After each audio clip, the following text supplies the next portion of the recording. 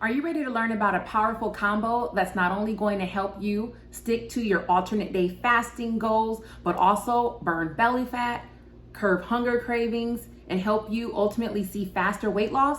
Then stay tuned because I have just the thing. Hey fasting fam, welcome back. And for those of you who are new here, I'm Chelly, and on this channel I talk about losing weight with alternate day fasting as well as healthy lifestyle modifications. And in today's video, I'll be talking about how keto or ketogenic diet, low carb diet can help you not only stick to your alternate day fasting schedule, but lose weight quicker and see better health results. So let's jump right into it. And before we get into some of the good stuff, what is alternate day fasting? If you're new to it, alternate day fasting means eating essentially every other day. Personally, I do a 36-hour water fast or 0-calorie beverage fast 3 times a week. So Monday, Wednesday, Friday, I have nothing but water, coffee, black tea, herbal tea, things like that with 0 calories. So you're essentially only having water, and it has a host of health benefits. So that's alternate day fasting. Now, to get into the good part, what is this magical combination that just about anyone can do to help them see better results? And what I have done myself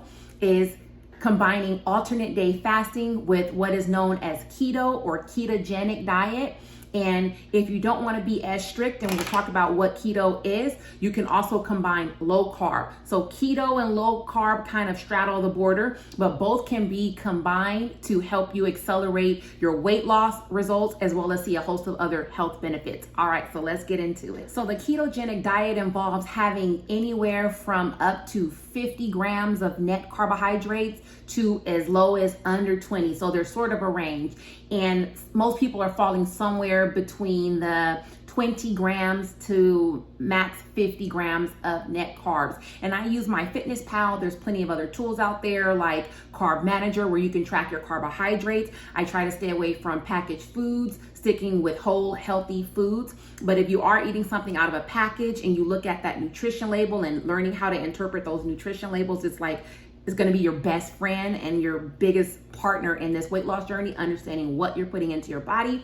So if you're looking on that package, for example, you're going to see something like total carbohydrates, and your net carbohydrates are going to be the total carbohydrates minus anything like fiber, which our body processes differently. So it's not included in your net carb, which means what is your body actually utilizing? So you have that total carbohydrate number, you subtract however many grams of fiber. If you have something like that's a sugar alcohol in there, like if you have something where it has erythritol or allulose, a lot of people that are watching their sugar intake but still want something sweet, they might have a treat that is sweetened with monk fruit sweetener or erythritol. And if you're not eating, let's say, something where you can easily calculate your carbohydrates like from a package or nutrition label, then I recommend an app, MyFitnessPal. Like again, some people use Carb Manager. Whatever you are using, you can even go on Google and put in how many carbohydrates in a piece of bread, how many carbohydrates in a cup of spinach, and you can easily and readily and freely get that information. And so the biggest thing is going to be keeping track of the carbohydrates. But back to keto. What does keto do? Now that we know that eating keto is pretty much going up to the max 50 grams of net carbs, and some people will notice that their body may require them to eat a little bit less carbohydrates, for instance, under 20 grams or somewhere in the 20 to 30 gram mark to see the best benefits. So why do keto with ADF? What does it actually do? So keto or ketogenesis, but keto for short, pretty much means when your body switches from using sugar as its fuel source to burning fat as its fuel source. And we want that. We want our, excess fat, especially if you have a lot of weight to lose, you want your body to be in fat burning mode.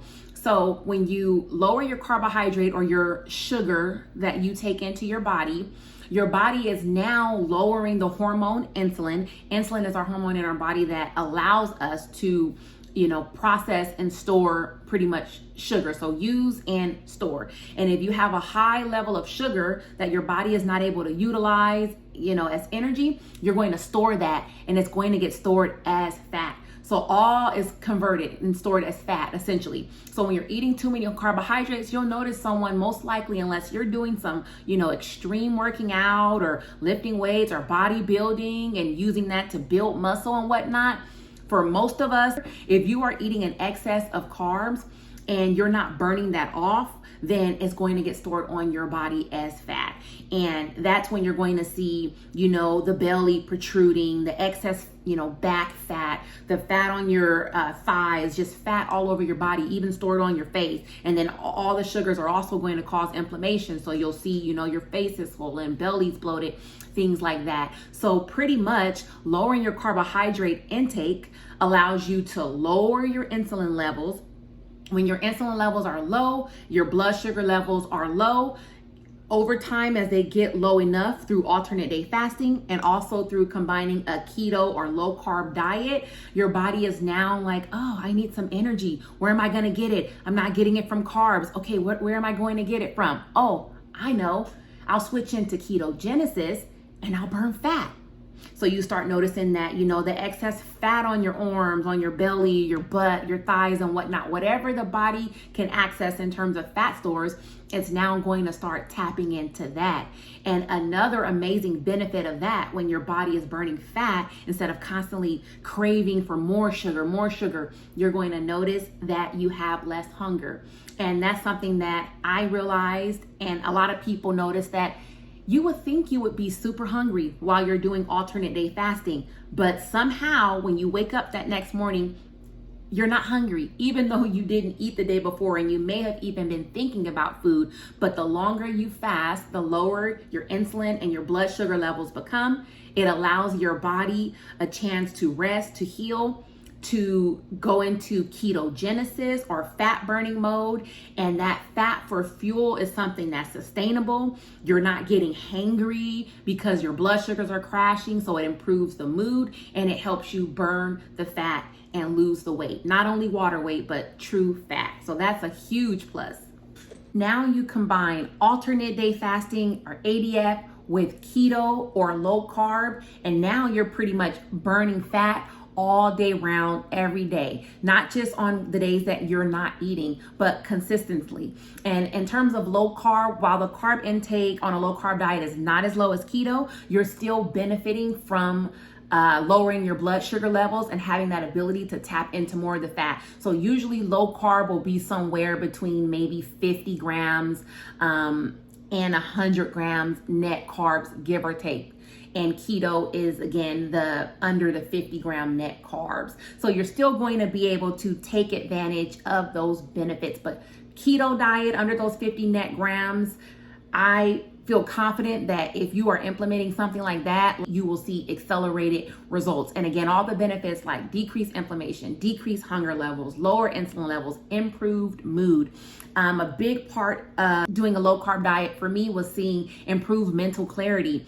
So a big thing you'll notice as well with eating a ketogenic or low carb diet is fat is like a clean fuel. You're not putting in the junk and the sugar and all these things that are going to crash your blood sugars, put you in a bad mood once your blood sugars are too low, and have you craving almost as if it's a drug, because it is really. Sugar is a drug, and it causes addiction and cravings and incessant hunger that you just have to constantly keep fueling. Versus fat, again, sustainable, promotes a feeling of fullness and also mental clarity. I mean, have you ever noticed if you've eaten a bunch of, like, let's say donuts, or you start your day off with a bunch of bread, then even before lunchtime, you're still hungry?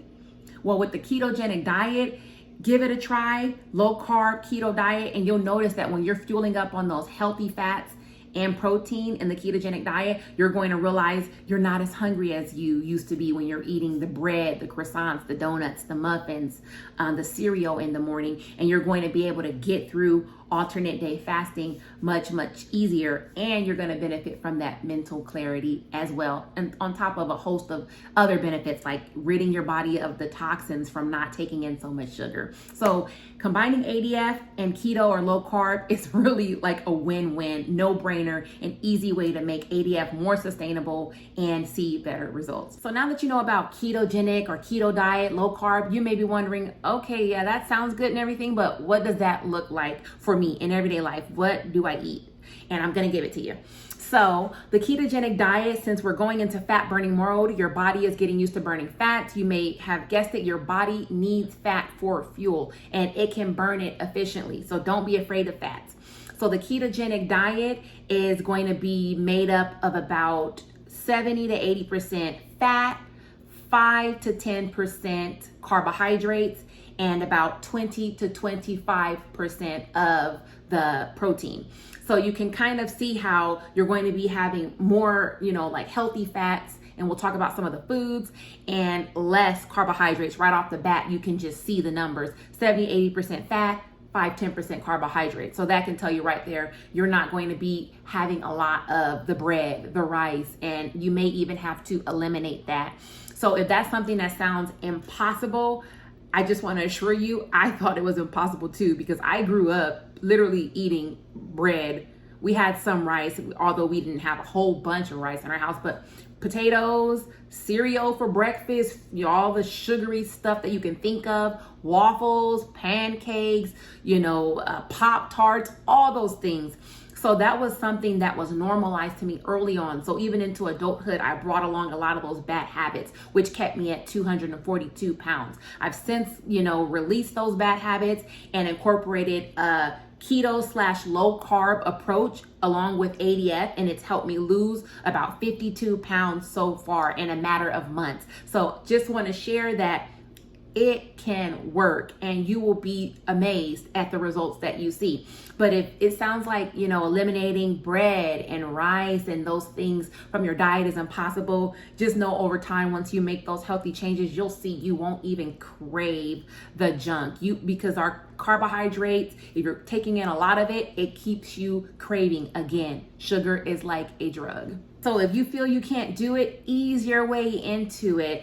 For me, for instance, I didn't just, all of a sudden one day, stop eating. I gradually even got into ADF with intermittent fasting, decreasing my eating window, making healthy lifestyle changes, taking out the processed junk. And then for keto and low carb, I gradually start weaning off of the white bread, the white rice, finding alternatives. Instead of white rice, if you're having like a chicken bowl, you can do cauliflower rice. And there's actually, if you go to places like, I occasionally might try Whole Foods. I think sometimes their prices are off the charts. So, but you can go to Sprouts, Food Max, Winco. These places will even have, if you must have, low carb bread options, low carb snack options. Now, I try to stay away from as much of the processed stuff as possible because I know myself, old habits die hard. So for someone that was at 242 pounds used to snacking consistently, I know myself, even if it's a keto, box of crackers or a low carb alternative, but it's something that a big box of snacks, I don't want the things around me.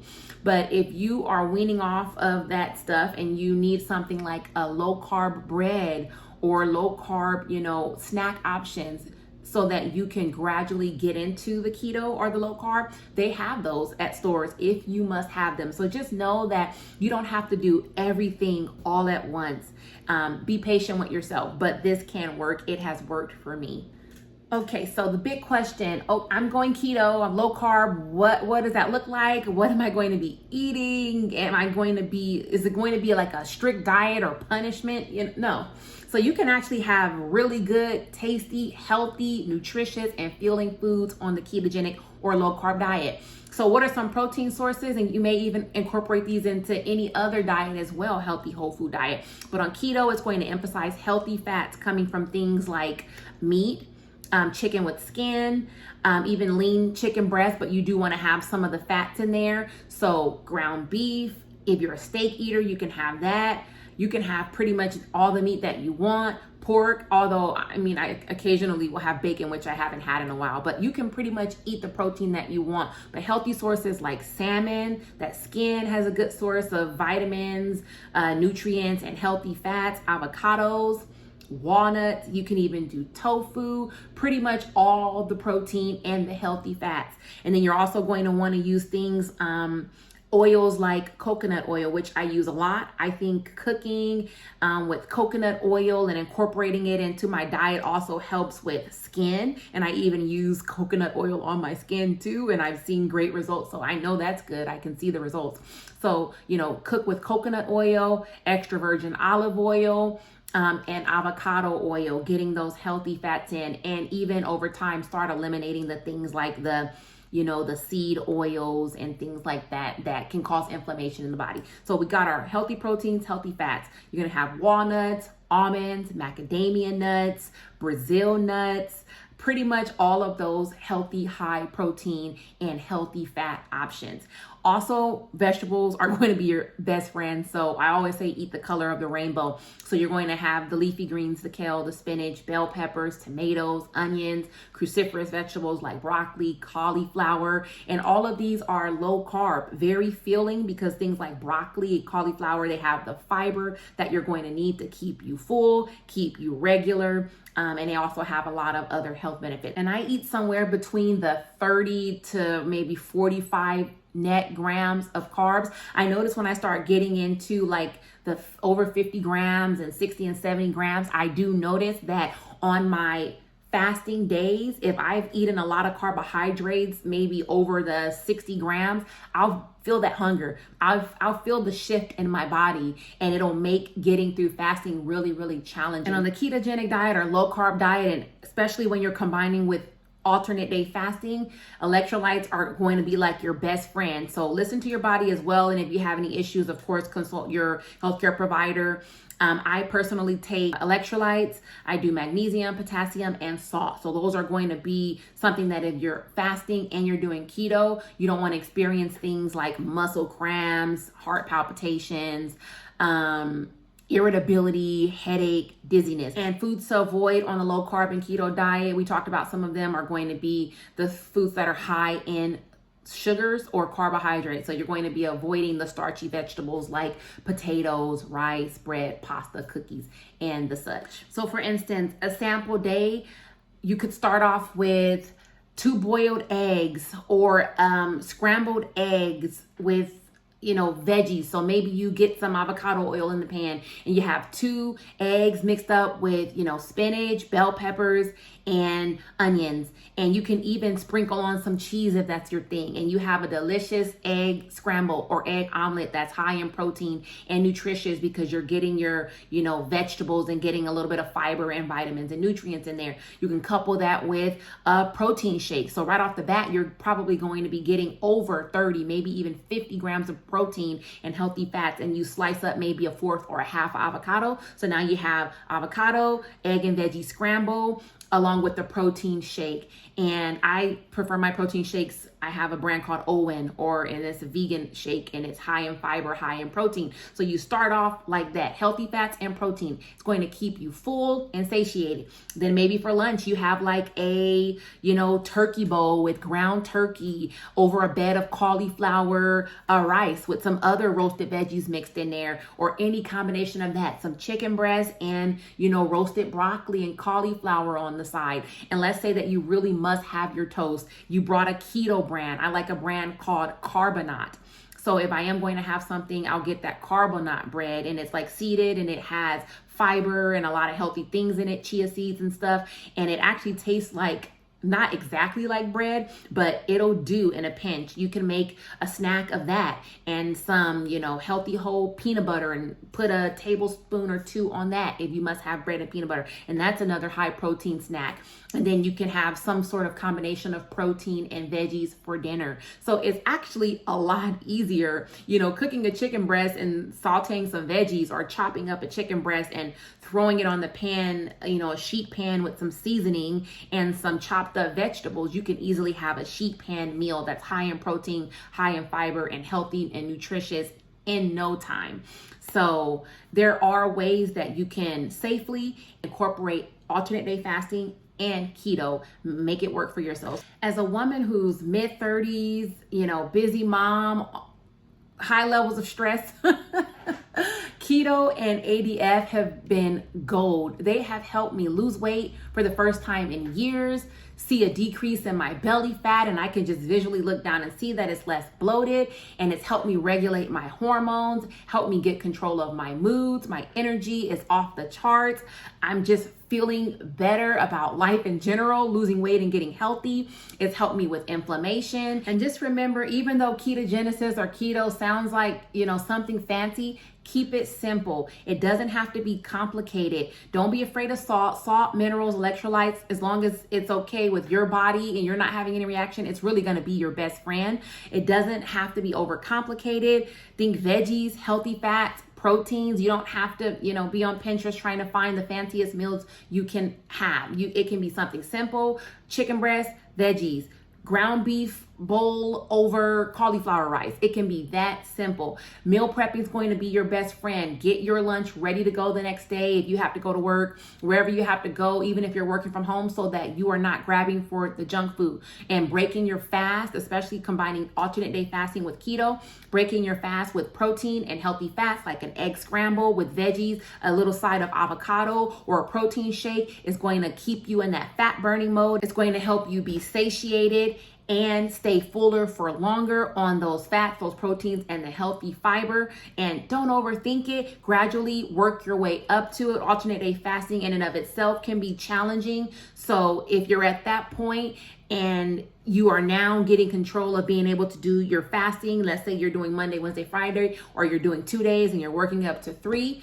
gradually you'll see that you can incorporate a lower carb approach, and it will help you to be more successful at ADF because it's going to regulate your hunger hormones, and it's going to keep you fuller on those nutritious foods that are going to get you through your fast days when you fuel up on them the day before. All right, so keto and alternate day fasting is like a match made in heaven. It's a powerful combination. If you want to see greater weight loss, you want to see control of your hunger cravings on your fasting days, you want to see a decrease in belly fat, keto combined with alternate day fasting, or low carb combined with alternate day fasting and eating those whole healthy foods are going to get you there. You're going to see the less cravings, decreased belly fat, better hormone regulation, less inflammation, and let's be real, ultimately we are looking, the majority of us, to lose that stubborn weight. So alternate day fasting and low carb or keto can help you get there, just like it helped me. I hope you found today's video helpful. If you got some value from it, don't forget to like, subscribe, and share. Also check out the links in the description box where you can sign up for the newsletter to get insider tips weekly on ADF, as well as get your free alternate day fasting guide and tracker. And until next time, fasting fam, bye.